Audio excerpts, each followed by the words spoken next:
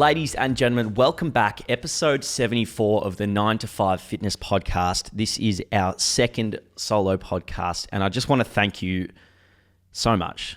Thank you so much for joining us again. If you're back, it means I went all right in the first one, or I've just done bloody well to promote this. So regardless, thank you for joining us. We've got a very big episode today, again with a lot of your help, so I really do appreciate it. Last episode, my first ever solo ep, and I think it went okay. It was a little bit slow at the start. I said, I think at the end of the podcast that I felt like a stunned mullet in front of the camera, and like I genuinely did for that first 10 minutes. And you can hear it in my voice, like a little bit intimidated, which is really funny because like, you know, I'm walking around the house and stuff, and I'm obviously like, I talk to myself and stuff. I'm very fine. But then the second you put a camera and a microphone like in front and press record, it feels like things just go to shit. So thanks very much for putting up with that first 10 minutes. I think we got more into it kind of as we went. The messages of support were also incredible. Like I don't think I've ever gotten so many messages from like a piece of content. You guys are all DMing my personal Instagram, LewisPhillips12. Chuck it a follow if you want. And some really kind messages in there that really do mean a lot. So I think that podcast kind of helped a lot of people, which is exactly what we want. And hopefully this one can do the same. Today we've got a big one, obviously. We're going into a lot of your questions. Comfort zone, how I'm going to get out, how I've like pushed myself to get out of my comfort zone and things I've done in that regards. We've got, I'm going to talk a little bit about horses. I used to ride horses when I was younger and trying to kind of that battle, you know, like I think I was really self-conscious in regards to that. So I'm going to discuss on that topic, the worst date I've ever been on, and plenty more questions. So stick around. We've got a good one. Firstly, how did I sleep? Well, thank you so much for asking. I slept bloody well. Sleeping has been dialed in, same as last podcast. Getting up at 5:40 a.m. consistently, going to bed, falling asleep around 10. I'm probably in bed at around 8. Very lucky that my lifestyle allows that. I'm not too busy at the moment, but we are hustling. So thanks for asking. I do wonder at home, how did you sleep? Make sure your sleep is something that you are dialing in and that you are focusing on, because, mate, the world's a different place when you're sleeping well. That is for sure. At time of recording, I think we've got about a month of winter left, and mate, it is freezing. If you're watching this on YouTube, you would notice that I have a jacket on. That's because I'm in this bloody shed, which is like, it's got to be like 1 degree. I've got a cup of tea with me to just get me through and keep my hands warm. So yeah, thanks for putting up with that if you hear me sipping on it. Let's get into it. Topic 1, comfort zone / personal development.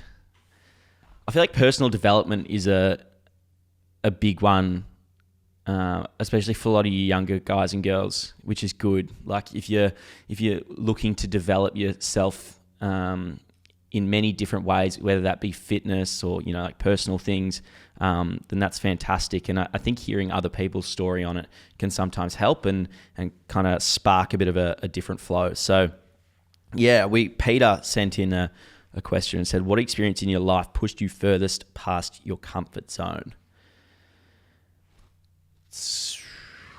What experience in life? And like there's 3 things that come to mind for that for me. And number 1 is social media. So like I've grown up kind of a pretty, you know, normal, I suppose, like footy guy, where you don't really go outside the box. You just kind of stick to what you know, footies and beers, and bloody shut up. Don't talk about your feelings. And then I've gone ahead and done this, you know, social media thing. And you're not meant to do that. So that is definitely one thing that's well outside my comfort zone. I find posting on social media difficult. I find like opening up and like trying to get more followers really difficult. Like that's posting on my story saying, you know, follow me on this or follow me on that is like really weird for me. So that's like a big thing outside of my comfort zone. But then also things that social media has offered. So Gab and I have done 2 modeling shoots now, and they get easier every time, but they're really difficult. They are well outside my comfort zone doing a modeling shoot.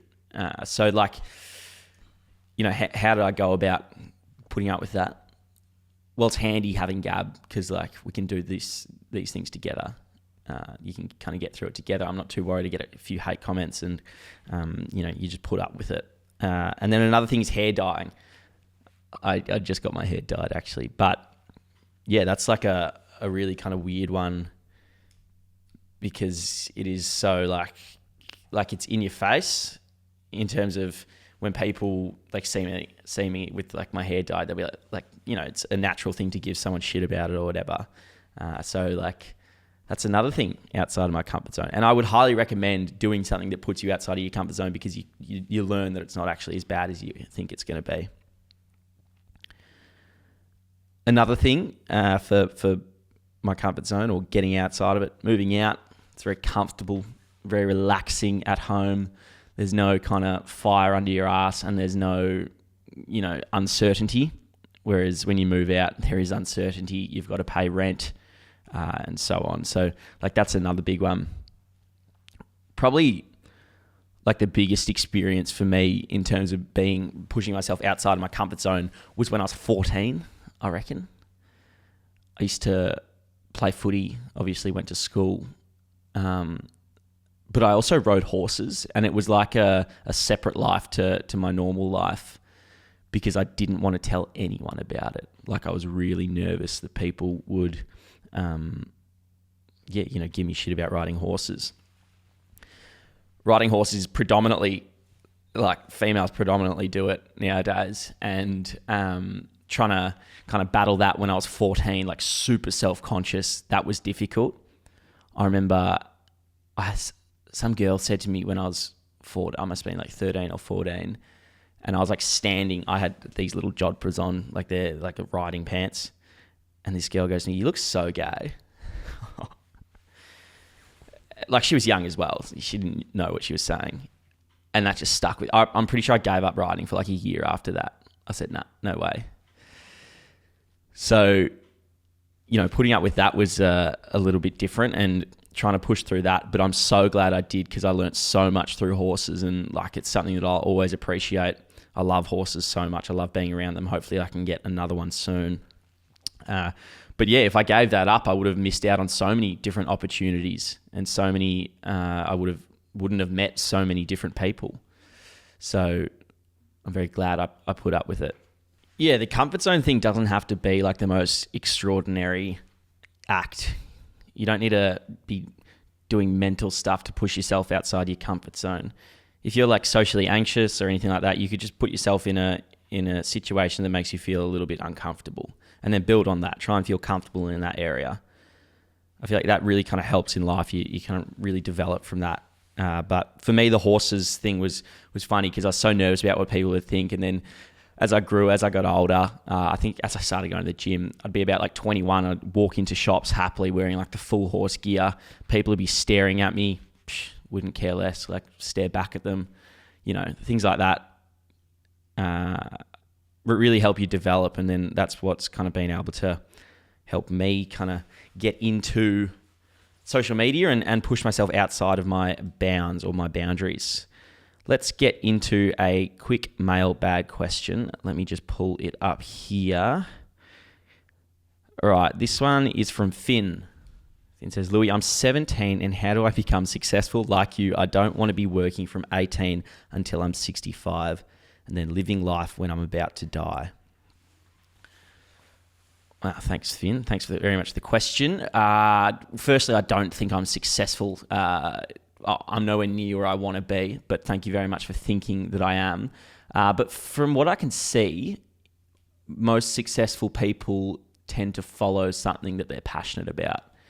And if you're like really passionate about doing a specific thing, let's say it's a job for someone else, then you will generally become successful in that area. I think in my last podcast, I spoke about like, I didn't want to go from school into work and then like retire when I'm 75. the bit in the middle there, the work, like you can be passionate about that and still really get a lot out of it. I think a lot of people just think like going to work, it just sucks. Like it's okay to really enjoy work as well. You can really benefit from it and get a lot out of work, and kind of, and build your life around that. So like, let's say you're into banking, like you like accounting and numbers and stuff. Well, you can go to work and still enjoy writing up the balance sheets and spreadsheets and so on. Let's say you like footy. Well, you can get a job in some kind of area. Let's say you work for the AFL and you work in like public relations with the AFL. Well, you can still really enjoy that, you know? So there's heaps of different facets in life, and that bit in the middle doesn't have to suck. Like it doesn't have to be the worst thing ever. So I wouldn't stress about that area. Part of your question was, how do you become successful? Well, let me know when you find out. But from what I can see, it's about passion and following a passion. You're 17, you said, you know, like you're still so young, but you got some really exciting things ahead of you. And I feel like when you're 17, you're starting to come into yourself a little bit and figuring out who you are and what you're into. So really kind of nut out those passions, like understand what you really like. Let's say it's going to the gym, or let's say it's, whatever, cars. Well, you can really start investigating pathways and career pathways to kind of follow your passion. So that's like my biggest suggestion is always the passion, like follow your passion and do what you can in that regard. Hopefully that helps, mate. NTF product plug. We've got a lot for sale at the moment. You guys are buying up big time. So thank you very much for that. I'm currently selling my athletic-based resistance program. It'll help you with footy. It's got lifting weights in it. It's got running in it. It's got a suggested structure. It's $50 off the website. Gets just sent straight to you. And I think I've had a lot of really good reviews from it. So thanks so much if you're on that. I do plan on updating the document soon, which everyone else, like everyone who's bought it, will get the updated version. I've just got to get around to it. Like I'm pretty packed at the moment.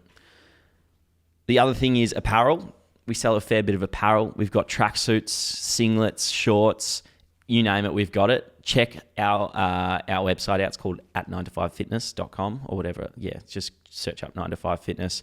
We've got some fantastic stuff there. I'm packing like crazy at the moment. You guys are ordering a lot. So thanks so much for that. And let's get on with it. Still to come, we've got plenty more questions. I'm going to talk about the worst date I've ever been on. We've got a few more plugs and a brimming mailbag. So please stick around. This one's going to be a good one. I got a question. Someone sent it in like as a topic. Hey, Louie, can you discuss your worst date you've ever been on? Got me thinking. I don't think I've been on any like really bad dates. In fact, I haven't been on like any bad dates. But something did come to mind, which was like a date I went on. I took a girl on a date, and this was like the first girl who was like, to be honest, like genuinely interested in after my ex. So it was it was a while ago, and I was really keen, and I was probably way too keen. So like we decided we were going to go on this date, and the date required me to get like, all this stuff together. I needed to like get all this food together, and really specific food. So I was making sure that like everyone could eat, the food. It was, matching everyone's diets and so on. So I would have spent like a couple of hours, an hour or two at the shops on the phone to my vegan sister saying like, all right, can she eat this? Can she eat that? No, yes, she can eat this. Yes, she can eat that. No, she can't eat that. Okay, cool. Would have spent like $100 in food. And I'm thinking, could marry this girl. I was way too keen. Anyway, and then let's say we were going to meet up at like 5 p.m. I was like, how are you tracking? All good. I'll see you at this time at this place. And then like maybe half an hour before like we're meant to meet, she's like, I'm just going to be like 2 hours late. I was like, what? I just spent the whole day fucking buying food, love. Like, okay, no worries. We'll run with that and we'll work with that. So anyway, eventually she rocks up. It's fucking pitch black outside, I'm pretty sure. Get the phone lights out. Get the torches on. She gets there, and then we sit down, have this food, and like she barely touches it. And I could feel like it's slipping. She clearly wasn't that keen on me. I could feel it slipping. And guys, the worst thing you can ever do if you feel something is slipping is chase. Don't fucking chase. Don't chase, because it's not worth it. You're just going to dig yourself into a bigger hole. I'm pretty sure I chased. I'm pretty sure I like somewhat opened up and said like, oh, I really like you, which you shouldn't do, especially that early on. And I'm an idiot for it. And then like it kind of finished up, and I think I kind of forgot what happened, but it was a good month. So we kept talking, I reckon, for another 2 weeks to a month, but she was like slowly phasing me out, and I could tell. So what did I do? I did what you're not meant to do. Don't chase. Do not chase. Do not hunt. Don't don't get phased out like I did. Be a bit of a prick about it. Like, just stop replying. If you can see the convo is going nowhere, I would recommend just relax and don't chase. So I chased. I was like, what's going on? Why are these messages? Why are you taking 4 days to respond? What's happening here? What's changed? And she'd be like, oh, no, nothing's changed. I'm just like so busy. Oh, I had my phone off all day. Must have been working a 48-hour shift, as we say. I had my phone off all day. And yeah, I could see myself getting phased out, getting ghosted. And I hate that, man. Like, I hate the feeling of getting... Like, I don't care about rejection. If she just said, oh, look, it's not going to work, I don't even need a reason. Just like, I'm not interested. I'd be like, yeah, no worries. Move on. That's fine. Like, no hard feelings whatsoever. Because I got phased out, I was like kind of getting led along a little. And then I think a month later, yeah, she was like, yeah, look, it's not going to happen, mate. Take the fucking hint. It's not today, big fella. Maybe in another life. So yeah, I'd say that's like the worst date I've been on, only from the fact of like I put in so much effort and I was really keen, and then I could just feel myself fumbling the bag and feel myself continuously like mucking up. And I've learned a lot from that, just from that whole experience in terms of like not chasing. It's hard to tell in this situation, but you seriously like you're just shooting yourself in the foot. And that's not to say don't be honest. I really think you should be honest and be open and be out there. And like, I love the idea of letting someone know your feelings and like your kind of goals for whatever it's going to be. But at the same time, there really is a place to not play games, but to just keep yourself reserved. Like, being too keen early on, you just shoot yourself in the foot. So yeah, other than that, there hasn't really been that many shocking dates. Just kind of, ones that are just like, wow, this is so mundane. I haven't been on a date in so long either. So not necessarily for that reason, but just because like, I can't be bothered at the moment. It's a lot of effort and it takes a lot of time, and even the process of trying to get to the point of going on a date can be a little bit strung out, and like you need to be replying all the time. I'm a really bad replier as well, so it's something I got to work on. But yeah, I feel like these date stories kind of go pretty well because people love to hear them. So maybe I should just start going on more dates just so we can talk about it on the podcast.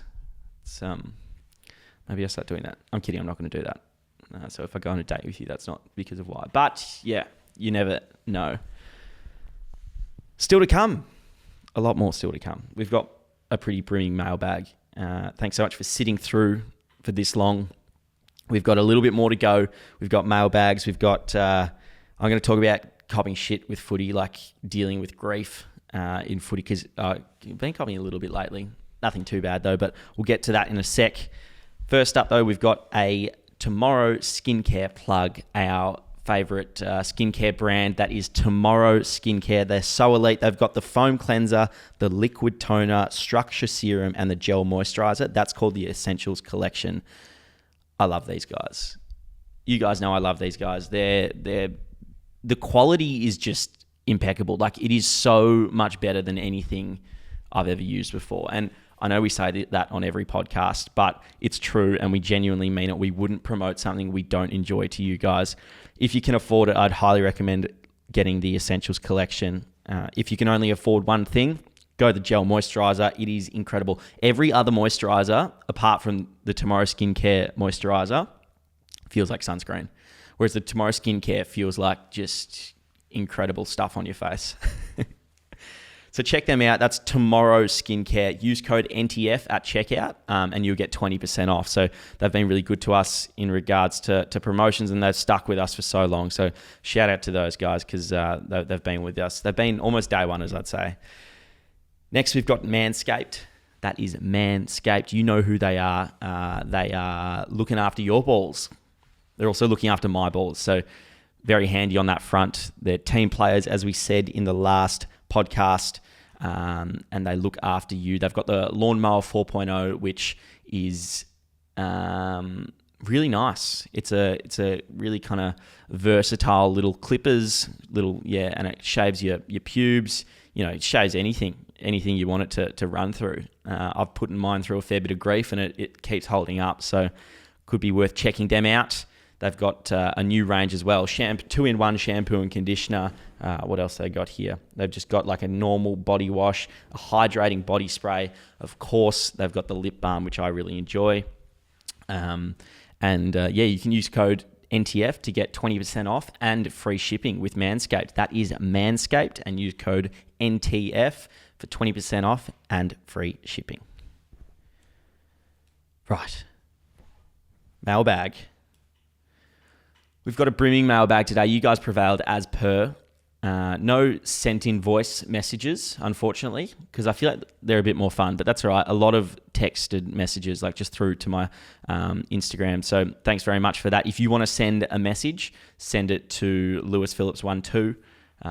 You'll be able to find it, I'm sure. Just send it to that profile, because I can't, we get so many messages through NTF, through the 9 to 5 account, that it's difficult to keep up with. So thanks so much for sending these in. First one is, how do you deal with people giving you grief at footy? And I cop it a little bit. It's mostly just like, go and make a TikTok. And it's often from like the sideline. So I really don't care. Like it doesn't affect me. But what I have noticed, I think 13 rounds into footy now, it is the people who talk the most shit are always the worst player in the best team, like without fault. I can think of, there's like 3 people that come to mind who are like just shocking at football, but they've managed to get into this team that is carrying them. And they are always the ones to talk the most shit, because I feel like they're projecting insecurities, and they know that they're kind of just along for the ride, that they need to have something about them, which is, talking shit. So it never actually gets to me. I often laugh at it because like some of the calls are pretty bloody funny. Like on the weekends, I marked a ball right on the other team's bench, and someone said to me, what did they say? Oh, like, you are the worst kick in the league. and like, go and make a bloody TikTok. You're the worst kick in the league. And so I went to hit up one of my players and absolutely butchered the kick. So fair enough. Probably a good call by you, mate. But yeah, it's often from the sidelines, and then when it's on the field, it's always the worst player in the best team, which that'll be in most like, if you're copying shit, have a look around who it is. It is never the best. It is very rarely the best player. I'm thinking of some of the Jets in my team, mate. They don't make a peep. They just get on with their bloody job and dominate. So if you need to have that in your game, then fair enough. As in, if you need to have the talking shit in your game, then fair enough if that's you. But expect for it to come back, and there's often a reason for that. So yeah, how do I deal with it? Just like putting up with it. There's not really any secrets. Like, I don't really care about it. People aren't that vicious. I hate it when I hear kind of like homophobic slurs. I think we had a racist one to one of our players a couple of weeks ago, which is just like, it's just disgusting. And I'm in a team full of like such great people that it's getting called out now, which is great. So yeah, you do what you can, but if you're like so insecure that you need to make like homophobic or racist or sexist like comments, then it's such a reflection of you, and you are so far behind the times now. Like you just won't, it might fly at footy training if you're at a club like that, or it might fly at work. Let's say you're on the tools all day, your brain's getting a little bit rattled around by the hammer, by the jackhammer, then like it might fly in those situations. But I think if you can start calling it out on footy fields and stuff is where we really kind of make a difference in that. Right, next question from Staz. Mate, huge fan of you and Gab. Listen to the podcast almost every day. My question for you is, how do you make it as a fitness influencer, specifically as an Aussie? Yeah, well, another one that I'm still trying to make it, mate. But it's a good question, and thank you very much for that. I think everyone's trying to be a fitness influencer these days, which is so fine, and that's brilliant. But you got to have a point of difference. Like, don't just be the same thing everyone wants to be. I see a lot of accounts, hundreds of accounts of people just like lifting weights. This is what I do. Follow my journey.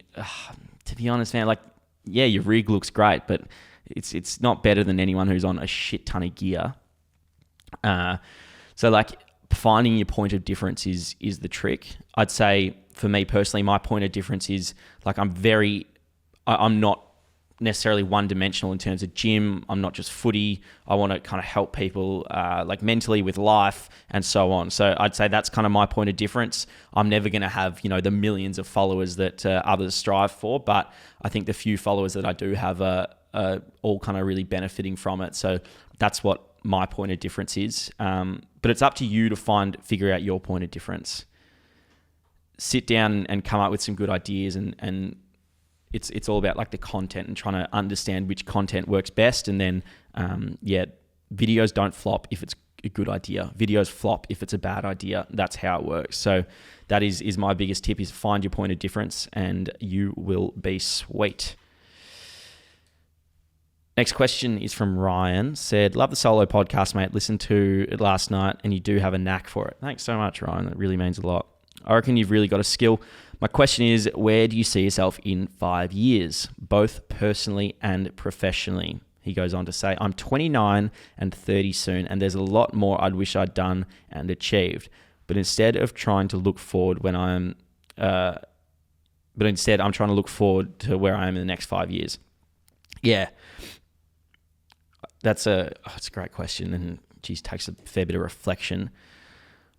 I don't know where I see myself in the next 5 to 20 years, but for right now, I am bloody trying hard to enjoy the moment. Like really trying to just enjoy like day-to-day life. I'm in like what I call like a grind stage at the moment, where I'm getting up at like 5 a.m. and, going to the gym and stuff, and I'm loving that. I'm trying not to look further ahead than like a week. So that's what I'm trying to do to battle the fact that I'll be 30 one day and I don't want to look back and regret anything. In saying that, I want to do more travel, and because I feel like travel really kind of like, if you can say you traveled a lot when you were 25, I think it means you've had a good crack. You've seen a lot.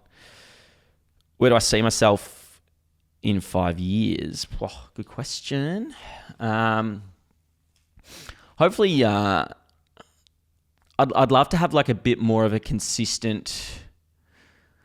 I don't want to say I want a 9-to-5 job, because I don't, but I'd love to have a bit more of a consistent role, whether that be in media, presenting, that kind of thing, or like this podcast being a really consistent thing that is bringing in coin, that is where very comfortable to live off. I'd say that is where I see myself in the next 5 years. I'd love to have a girlfriend and so on. What am I, 24? So you got to be 29 and, girlfriend, hopefully, maybe pushing kids, but I'm not going to rush that.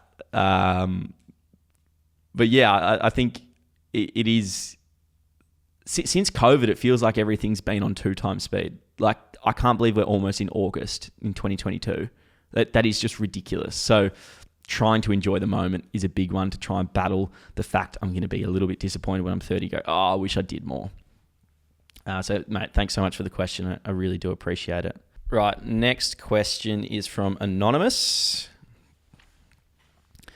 Hey, Louie, big fan of the potty and actually did uni with Gab, going through a breakup right now and curious on your thoughts about staying friends post-breakup. Currently, the thought of her rocks me and we're not talking at the moment to try break it off cleanly.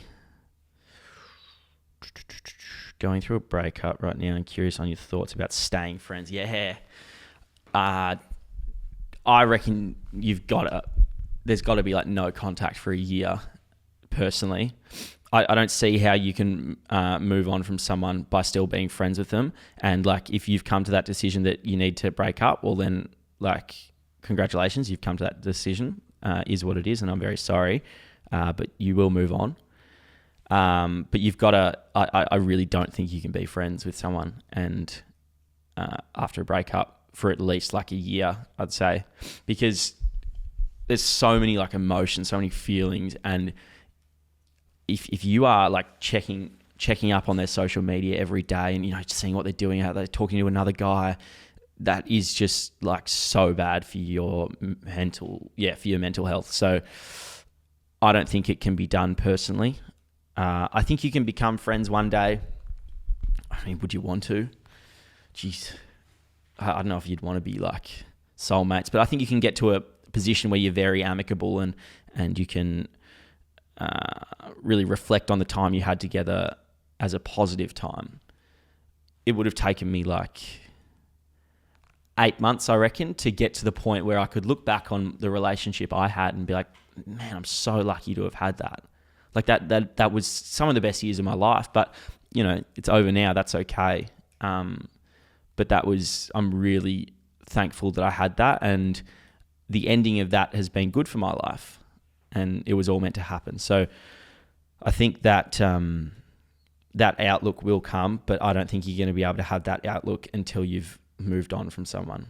And to move on from someone, I don't think you can be talking to them. But that's just me.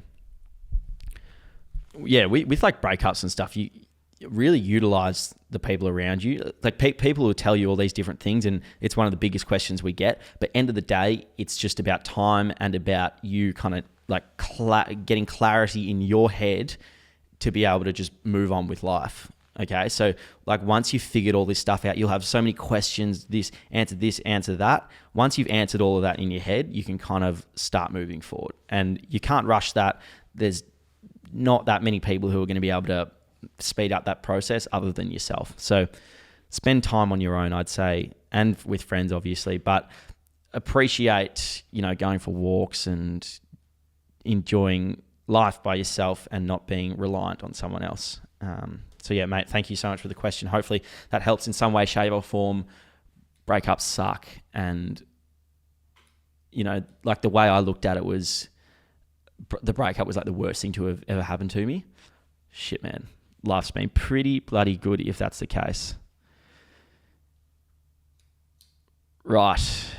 Next one. Who we got here? Hang on. Sorry, guys. Ooh, what's going on? G'day, Louie. Just a quick question for the potty. Who's the most meaningful person to enter your life that you're thankful for? Cheers to you and Gab for pumping out great content. By the way, can you boys sort out these podcast titles? Copped it from the boys at school for listening to a podcast titled How to Attract More Women and How to Last Longer. Oh, mate, thank you very much for the question. The thing is, we need to be getting clicks and views. So like sometimes we have to make the titles a little bit clickbaity. And that the How to Attract More Women and How to Last Longer, I'm pretty sure they did pretty bloody well as podcasts, but we're very sorry about that. Maybe it's something Gav and I can go back to the drawing board and reflect on, but probably not. So yeah, maybe just hide your phone. But thank you very much for the question, mate. So the question is, who's the most meaningful person to enter your life that you're thankful for? Wow, it's a great question. fantastic. If you're still at school and you're asking questions like that, mate, you've got a bloody bright future, because I reckon you are very emotionally intelligent. Most meaningful person. I mean, I'm not gonna start ranking people 1, 2, and 3. I've got so many meaningful people in my life that it's just not even funny. Obviously close family, some incredible friends. There'll be times I'll be driving and I'll be thinking about my friend. I've got 4 really close friends, and they know who they are. And I'll be thinking about them, almost tearing up, because I just love them so much. I'm so proud of them, and it's a group of mates who just all really want each other to succeed. So obviously them as well. But I'd say not the most meaningful, but the person who I really resonate with and am forever and super thankful for would be my sister. Her and I have an incredibly close relationship. She's my best friend, and we just get along really well. We just get each other. We've been through ups and downs and all of that, but at the end of the day, we're still best mates. And I'd say, it's definitely my sister. For people who have siblings, I see a lot of people with siblings, and I know it's not always going to be as easy as the relationship I have with my sister, but I couldn't recommend, I'd give it a 5-star review of being friends with your sibling. If you can not hate your sibling, if you can get along with them and be a friend, you've just got another friend in life. You've got another close person that is a relative, but also is around your age, that you can kind of really grow and develop with along the journey of life. So that's been really big for me, and it makes me sad when I see people with shocking relationships with their sibling. I think, that sucks. I feel like you're really missing out on something that you could really work towards. I said in the previous podcast, when I was younger, I probably wasn't that nice to her and stuff, just normal teenage shit. But we're really close now, and it's the best thing to, the one of the best relationships in my life is my sister and I. So seeing people with bad relationships with their siblings, it's I feel like this could be relatively easy fixed. Put your ego away, apologize to them, start inviting them out on a night out and stuff. My sister and I'll hang out with her friends, she'll hang out with mine, and it's fantastic. It's so much fun. It fits in so well. I feel like I fit in well with her friends, and it's just nice, looking around the table and seeing your best mates. You got bloody family there. It's just it's how it should be. So I'd highly recommend creating a good relationship with your sibling, and if that's something you need to work on, then maybe it's something you need to work on and something you need to do about it. I hope at least one person can go and chat to their sibling after this podcast. But thanks so much for the question, mate. And I'm pretty sure that's all we got time for today. Yeah, that's all I've got in terms of questions and stuff. I think a bit of a shorter one today, but thank you so much for sending in any questions, and thank you so much for putting up with my voice. Hopefully it wasn't too painful, and hopefully you got something out of it. Really appreciate the support, guys. It's been incredible lately, and there's plenty more to come. So thank you. I love you, and sleep well. Mwah.